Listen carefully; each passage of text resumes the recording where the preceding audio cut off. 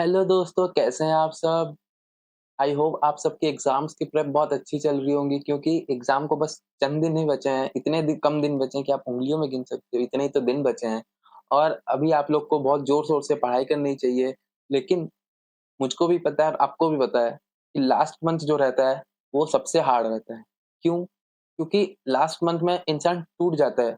आखिरी के जब वो 5 से 6 महीने से प्रेप कर के आ रहा होता है और जब लास्ट मंथ होता है जिसमें उसको सबसे ज़्यादा मेहनत करनी चाहिए, उस मंथ में उससे वो नहीं हो पाता है क्योंकि वो जो स्टार्टिंग से इतना कर रहा है मेहनत, उसकी वज़ह से वो एग्ज़ॉस्ट हो जाता है, बर्नआउट हो जाता है, बहुत सारी चीज़ें रहती हैं।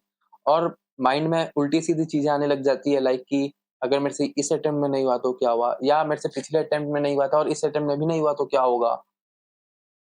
मैं चीज़ें प्रोक्रास्टिनेट कर रहा हूँ, मैं उठ नहीं पा रहा हूँ, मैं जो कल का पढ़ा हुआ आज भूल जा रहा हूँ। ऐसे बहुत सारी प्रॉब्लम्स होती है जो हर एक बच्चा फेस करता है इस दौरान।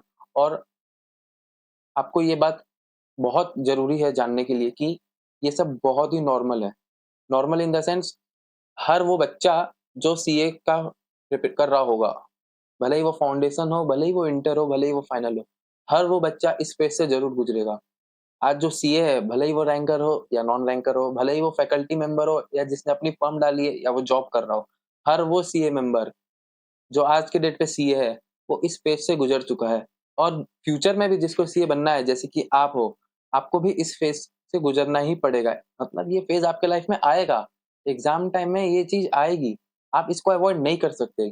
आपके पास एक ही चीज़ है करने को कि आप इसको टैकल कर सकते हैं। और इसको टैकल करने के लिए आप क्या कर सकते हैं? टैकल करने के लिए आपको अपने माइंड पे कंट्रोल करना पड़ेगा। देखो, इस फ़ेज़ में ऐसा होता है दोस्तों कि आपका माइंड आपको बोलेगा नहीं हो पाएगा तेरे से। तू बोथ ग्रुप सोच रहा है छोड़ दे बोथ ग्रुप, एक ग्रुप पे आ जा। आपका माइंड आपको बोलेगा तू एक ग्रुप सोच रहा है छोड़ दे एक ग्रुप, नेक्स्ट एग्ज़ाम में डेफर कर देना। तो आप मुझे एक बात बताओ, आपका माइंड ये भले सोच रहा है, लेकिन आपको अपने माइंड पे ये कंट्रोल लाना होगा कि आप आज के डेट पे जो मेहनत कर रहे हो, आप जो 3-4 महीने से 5 महीने से जो कंसिस्टेंटली मेहनत कर रहे हो, आप वो मेहनत और 4 महीने कर पाएँगे क्या? ऑब्वियसली आप खुद सोचिए, आप इतने सैक्रिफाइसेस कर रहे हैं, घूमना-फिरना सब बंद, 4 दीवारों के बीच बैठ के बस आप पढ़ रहे हैं, पढ़ रहे हैं, पढ़ रहे हैं और आपको लगता है क्या आप फिर से इतना मेहनत कर पाएँगे?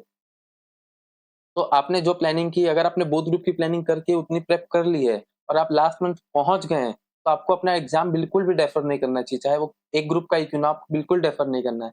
और अगर आप सिंगल ग्रुप की प्लानिंग कर रहे हैं, तो आपको उसको भी डेफर नहीं करना है, आपको इस अटेम्प्ट में एग्ज़ाम देना है, चाहे कुछ भी हो जाए। तो वो चीज़ करने के लिए आपको अपने माइंड पे कंट्रोल लाना होगा दोस्तों। और माइंड पे कंट्रोल लाने के लिए आपको सबसे पहले मेडिटेशन करना बहुत ज़रूरी है। और दूसरी चीज़ आपको अपने आप को थोड़ा शांत करना होगा। शांत करने के लिए आपके लाइफ़ में जो भी प्रॉब्लम चल रही है, देखिए हर स्टूडेंट की अलग-अलग प्रॉब्लम हो सकती है। किसी की प्रॉब्लम सोशल मीडिया हो सकती है, किसी की प्रॉब्लम गर्लफ्रेंड बॉयफ्रेंड हो सकती है, किसी की प्रॉब्लम कुछ हो सकती है, कोई उठ नहीं पा रहा है, कोई कुछ कर रहा है, कोई कुछ कर रहा है।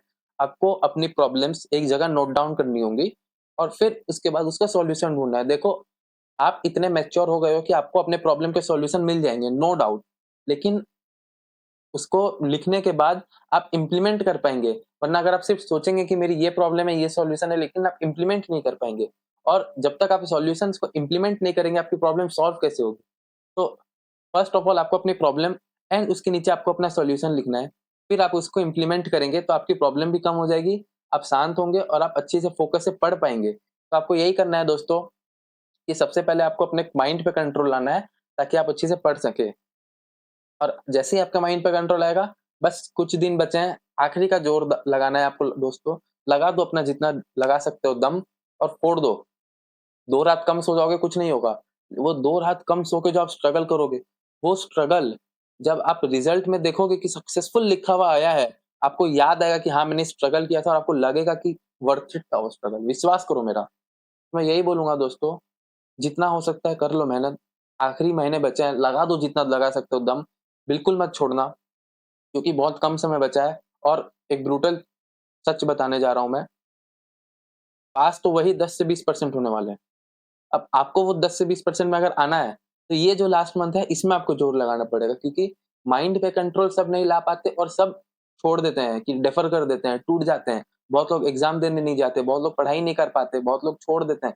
बहुत सी चीज़ें होती हैं। तो आपको ये नहीं करना है, आपको सबसे पहले अपनी प्रॉब्लम सॉल्व करना है और फिर आपको अपना दम लगाना है। बस ये 2 चीज़ करना है दोस्तों, आखिरी के महीने बचे हैं। आपने इतने टाइम से जो प्रेप करना था, जो स्ट्रैटेजी बनाना था, आपने सब कर लिया है। अभी बस आपको चीज़ें रिवाइज़ करके बस एग्ज़ाम लिख के आना है। इतना ही करना है दोस्तों, फिर आप भी सीए बन जाएँगे या सीए फाइनलिस्ट या सीए इंटरमीडिएट स्टूडेंट बन जाएँगे। तो बस यही है कि आपको अपना दम लगाना है। ठीक है दोस्तों, मिलता हूँ। Thank you.